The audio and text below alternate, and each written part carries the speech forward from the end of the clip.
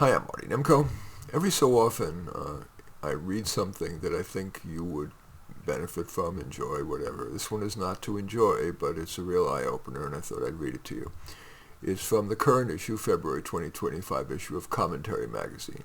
Title, Britain's Rape Scandal Returns to the Front Pages. The Grooming Gang Story and Why It Persists by Stephen Pollard. It became an international story when the first official report related to the mass abuse of young girls was commissioned by the City Council in Rotherham from Professor Alexis J., who identified 1,400 children abused there between 1997 and 2013. J. and others revealed then and have since continued to uncover not just the mass rape of young girls, but a systematic and deliberate refusal by both the police and local authorities to deal with the perpetrators or even to acknowledge that the crimes had happened. By this point in time, as many as 250,000 young women and girls in towns and cities across Britain may have been victimized. As J.K. Rowling has pointed out, it should be more accurately described as the rape scandal, since the grooming itself, meaning the slow seduction of the innocent until they're in a position to be used, is the least awful aspect. There has been torture too. Reports have revealed beatings, girls being branded with the initials of their abusers, broken bottles being shoved into them, girls doused with petrol, stabbings and thrashings, as well as even more depraved practices. But British officialdom does not speak openly of such things. The Rotherham Council would blow the story wide open until it simply closed it again. Why? The British state, under both the Tories and Labour, as well as Britain's cultural establishment, has become so infected with an ideologically driven refusal to deny the possibility that there are any deleterious consequences to mass immigration, that they will engineer a cover-up of the mass rape of young girls and will label anyone who speaks out as, quote, far right. Their control over the national discourse is far more potent than the liberal establishments in the United States, and with results that beggar belief. Some girls were locked up as sex slaves, raped over 1,000 times. Others were so frightened of the consequences of not complying with their rapists' demands that they felt they had no choice. The solicitor complained and filed a report to the council, pointing out the ethnic element of the gangs. She was told never to, quote, refer to Asian men again, and was then suspended and sent on a 2-day equality and diversity course by the Council for Ideological Retraining. In one limited sense, the Council was correct. In Britain, the word Asian is used to refer to people from the subcontinent, Indians, Pakistanis, Afghans, Nepalese, and Sri Lankans, and it is therefore inaccurate to use the word Asian to describe the gangs, since there is a very specific makeup of almost all those involved. Muslims of Pakistani or Bangladeshi descent, not Sikhs, not Hindus, not Buddhists. Indeed, it is pretty clear now that the use of the term Asian is a deliberate part of the strategy of denying the actual composition of the rape gangs, a rhetorical diversion. As Jonathan Foreman pointed out in this publication, Commentary magazine, in 2014, quote, one reason the perpetrators were able to flourish for so long was that those in authority were much more concerned with the denying or deflecting attention from the existence of Pakistani rape gangs than they were with the safety of thousands of brutally abused girls, end quote.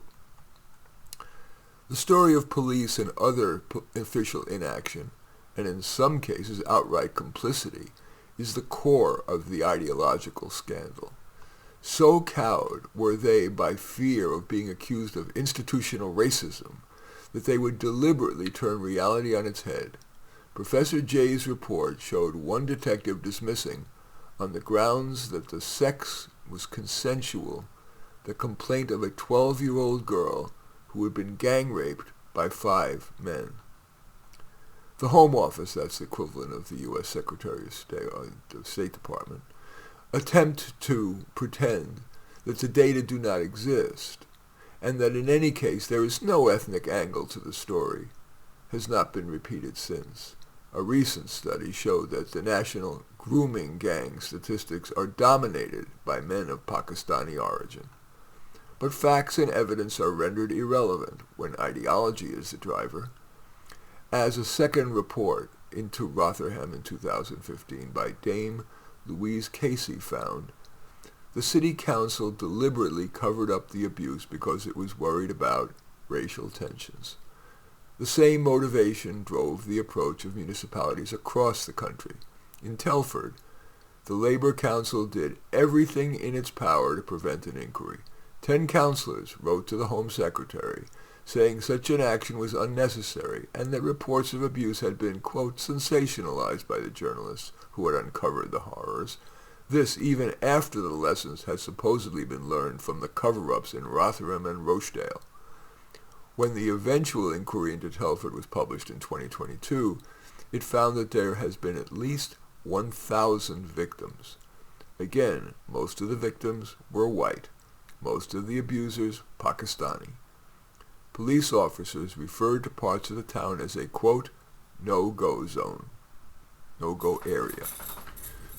The inquiry found that, quote, there was a nervousness about race, bordering on a reluctance to investigate crimes committed by what was described as the, quote, Asian community, end quote.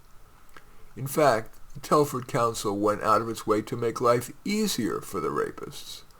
Knowing that taxi drivers had been offering children rides in return for sex, in 2006 it suspended licensing enforcement for taxi drivers, removing any barriers to the practice. The inquiry described this decision as, quote, born entirely out of fear of accusations of racism. It was craven, end quote.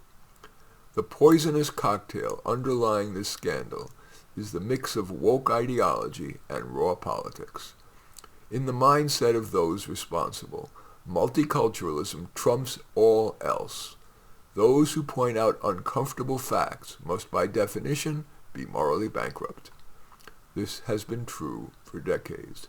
Ann Cryer, who was a Labour MP in 2003, first raised the issue of the exploitation of children by these gangs, and was immediately branded by those in her own party, the Labour Party, as racist, a liar, and a fantasist, and was forced to install a panic button in her home. Sarah Champion and former Home and Foreign Secretary Jack Straw, 2 other Labour politicians who would also not keep silent, were slandered as racists. Brave journalists like Julie Bindel and Andrew Norfolk were, and still are, relentlessly attacked by a toxic alliance of far-left and Islamic groups. Now that Labour is in power, the ideological drive of the left is even more closely fused with the governing party's growing political need to court the nation's 4 million Muslim voters. Will Labour find it necessary to send a message about its political fidelity to those Muslim constituencies by refusing to conduct a national inquiry into this horror, which will go down as one of the rankest periods in Britain's storied and ancient history? In any event, that's from Commentary Magazine, current issue, February 2025, titled Britain's Rape Scandal Returns to the Front Pages, the, quote, grooming gang story and why it persists.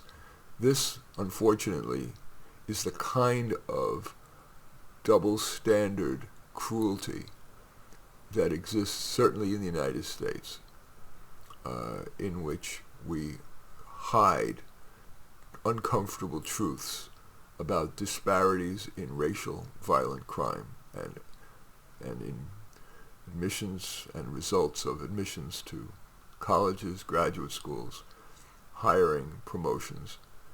I do invite you. I do not like Donald Trump, the person, but is it not time for a clear-eyed look at the issue of whether abandoning merit in favor of demographic redistribution is ultimately wise for people of all races, genders, and sexual orientations. In any event, I do thank you for watching. I welcome your thumbs up and accept your thumbs down. I always look forward to your comments, and especially like it if you hit the share button below. Share on your social media so that my efforts can have broader impact. And I am flattered if you choose to subscribe to my channel, and certainly would welcome you taking a look at any of my 34 books. Perhaps the most relevant to this is A Dose of Reality, but all 34 are on Amazon. In any event, I do thank you for watching. I am Marty Nemko.